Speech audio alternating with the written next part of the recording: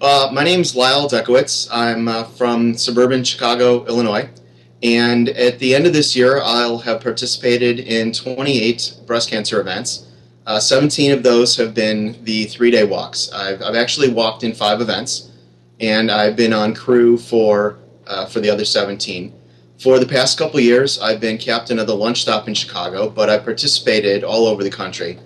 I've been involved in the event, the 3-day walk, since 2000. I originally started walking with my late fiance, Wendy Larks, and Wendy passed away in 2001. And since then, friends and family have been joining me in Chicago and other cities. And it's been an absolutely incredible experience. The 3-day to me has been incredibly inspirational, and the ability of people of all different backgrounds and athletic abilities and motivational levels, the ability of everyone to come together for this common cause and really create this mini utopian environment, the little utopian society for the weekend has really been incredible to me. There have been so many different individual events that have given me this inspiration. I would like to share a couple of them. It goes back to the very first year that I walked. Wendy was a couple of months before she passed away and was in a wheelchair, couldn't walk on her own. And so my sister and I pushed her in a wheelchair for the majority of the event. And there was a point in time during the weekend when I needed a break, and so my sister Susan took Wendy up ahead. And there was a hill, and I lost sight of them. But at one point, I heard the most incredibly loud cheer coming from up ahead. And it should have occurred to me what was happening, but it really didn't. And when I caught up to the pit stop, I saw Susan and Wendy in tears. As they approached the pit stop, everyone, the walkers, the crew members, everyone stopped and turned towards Wendy and started cheering for her.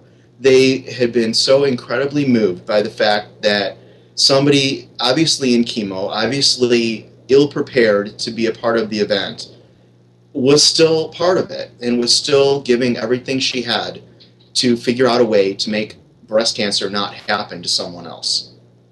That was probably my most moving experience. But something very close followed the year after. I was honored to have been asked to speak at the camp, and this is obviously in the older days of the 3-day walk. And there were about 6,000 people on the Chicago walk that year.